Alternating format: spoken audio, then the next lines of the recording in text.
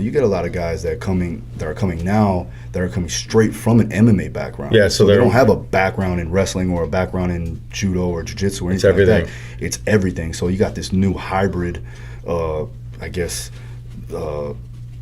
of new guys coming in. Like a guy like Ian Gary, who's never did anything but MMA, and he started in like college, right? You know, and now he's highest level that he can be at right now, you know, in the UFC.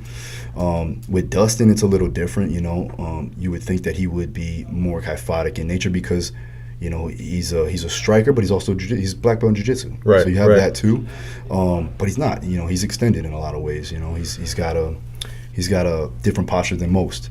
But what I will say as far as like attributes is the mindset. You know, the highest, the elite guys, and it goes for any sport really, is that their belief in themselves, and then also having the ability to not have the anxiety take over their entire brain function and their physicality as they get into the cage, especially in the UFC, because that's where you see guys crumble. They may be really good in the gym, and they get into the fight. The cage door closes. All these fans are, you know, screaming and yelling at their names. And then there's a different person in there. Yeah, they're outside their body then. So it's really the mindset. How do you prepare for that in the gym then? So a lot of it comes from just being prepared mentally and physically, and that'll give them the confidence necessary.